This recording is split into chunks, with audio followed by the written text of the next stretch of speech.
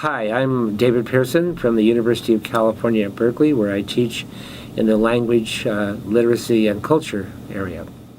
I actually am a big fan of the way that NAEP, National Assessment of Educational Progress, thinks about literacy assessment.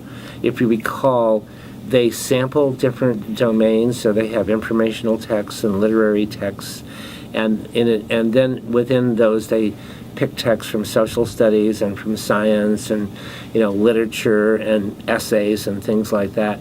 And then they apply a range of what they call cognitive targets. I think their first cognitive target is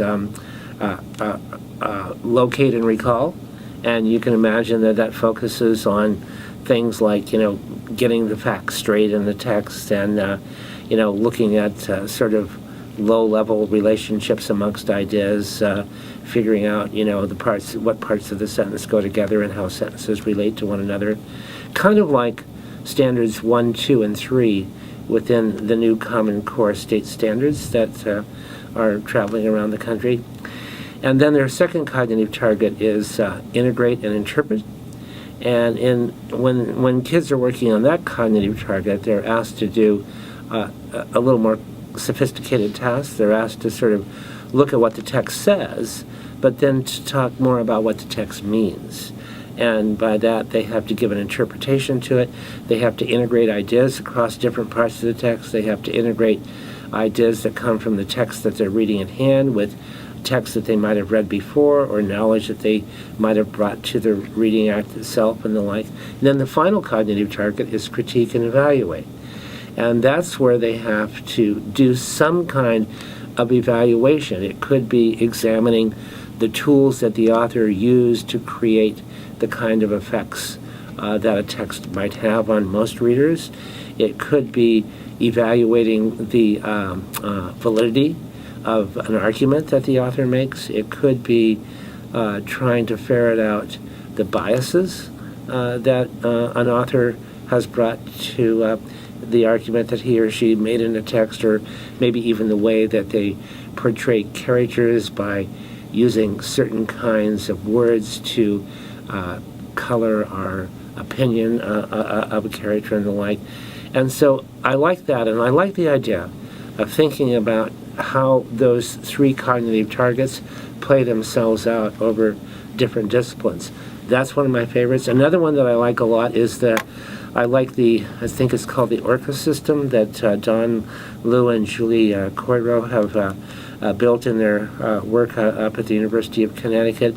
And I think what's interesting and unique about Orca is that it's an explicit attempt to ask the question, when you're reading online, are you engaging in the same kinds of processes or slightly different processes than when you're reading, a text in print and the like?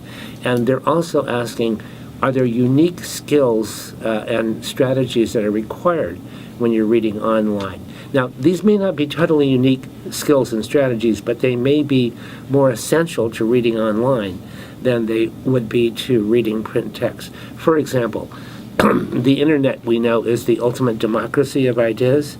And if you have a democracy of ideas, what's going to be privileged in terms of reading? Well, it's going to be the ability to evaluate the efficacy and validity of the information, really the relevance and quality of the information that's presented on a website or something like that.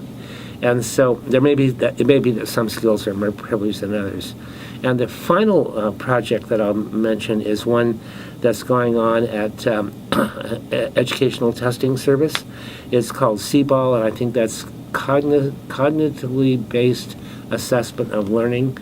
And they're doing a lot with kind of scenarios where they'll build a scenario, and you don't just get a text to read and then answer questions about it. You're invited into Mrs. Jones' classroom where they're reading about,